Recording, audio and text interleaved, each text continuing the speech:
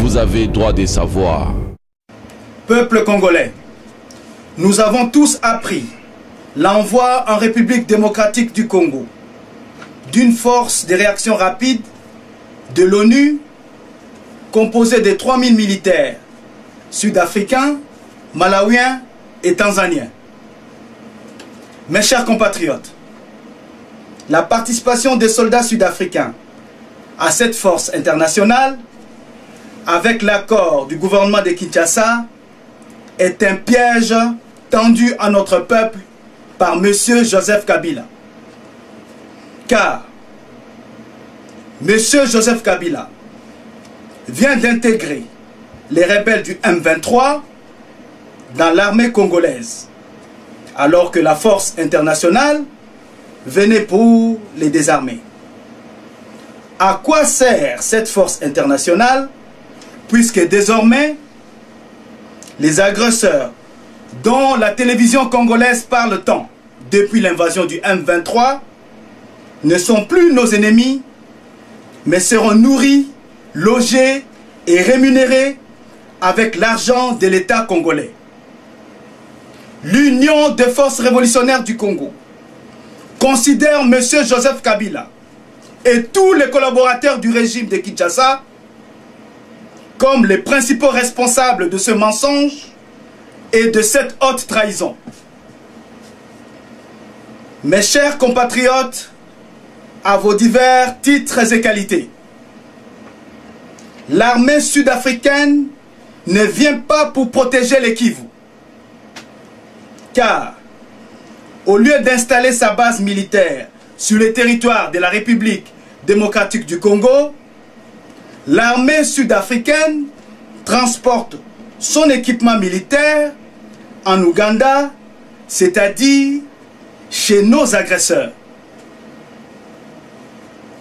Force est donc de constater que la force internationale a cessé de considérer l'Ouganda et le Rwanda comme les agresseurs de la République démocratique du Congo, alors que le Conseil de sécurité avait décidé de l'envoi de la force internationale en RDC suite aux différents rapports des Nations Unies qui ont souligné l'implication du Rwanda et de l'Ouganda dans l'agression de notre pays.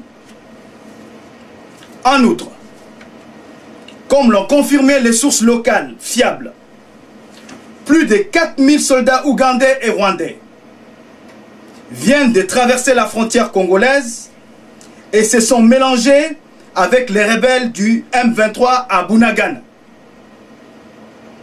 L'objectif de Joseph Kabila est donc d'intégrer ces 4000 nouveaux soldats du Rwanda et de l'Ouganda dans l'armée congolaise en même temps que les rebelles du M23. Cette situation est grave pour notre sécurité, car en augmentant les militaires rwandais et ougandais dans les M23, M. Joseph Kabila se prépare à céder le Kivu à nos agresseurs. C'est la preuve que Joseph Kabila, en tant qu'artisan de l'occupation militaire, est le principal agresseur et ennemi du peuple congolais. Levons-nous tous aujourd'hui pour chasser par la force M. Joseph Kabila, car en intégrant nos agresseurs dans l'armée congolaise, Joseph Kabila a fini par faire des forces armées de la République démocratique du Congo des forces armées du Rwanda au Congo. L'effet pour la force internationale de combattre au même côté que nos agresseurs du M23 sous l'uniforme de l'armée congolaise est une humiliation supplémentaire de Joseph Kabila à notre pays. L'Union des forces révolutionnaires du Congo attire l'attention de la communauté internationale sur la gravité de la situation qui prévaut actuellement en République démocratique du Congo. Car il est manifestement évident que la force internationale de réaction rapide s'est transformée en une force de cession rapide du Kivu. Entre les mains des mêmes pays agresseurs avec la complicité de M. Joseph Kabila.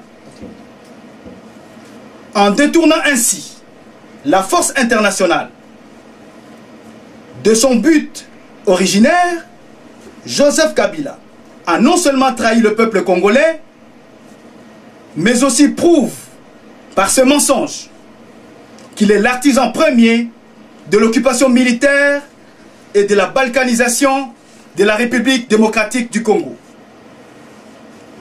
La décision de Joseph Kabila de réintégrer les M23 dans l'armée congolaise, le lendemain même de celle qui révoque de l'armée congolaise 14 officiers pour appartenance au M23, prouve à souhait que M. Joseph Kabila commence à montrer des signes de trouble du personnage au sens théâtral du terme.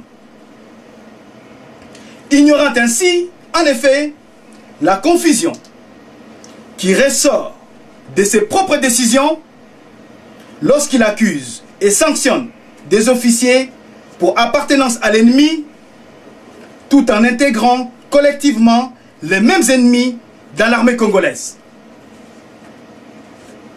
Sous la pression de ses maîtres chanteurs, ougandais et rwandais, une telle confusion est la preuve que M. Joseph Kabila est arrivé au bout de son complot contre notre peuple.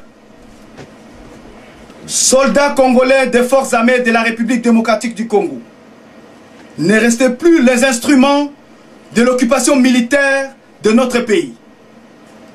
L'avenir radieux pour notre pays n'est plus possible tant que M. Joseph Kabila restera aux commandes de la République. Car, comme le disait si bien Martin Luther King, celui qui ne fait rien contre le mal collabore avec lui. Le devoir de tout soldat aujourd'hui est de rejoindre l'Union des forces révolutionnaires du Congo pour qu'ensemble, nous relevions les défis militaires qui se posent à notre peuple, à savoir l'urgence nationale d'une victoire militaire de la résistance congolaise contre M. Joseph Kabila et ses complices. Vive la République démocratique du Congo libre et intègre. Vive l'Union des forces révolutionnaires du Congo. Vous avez droit de savoir.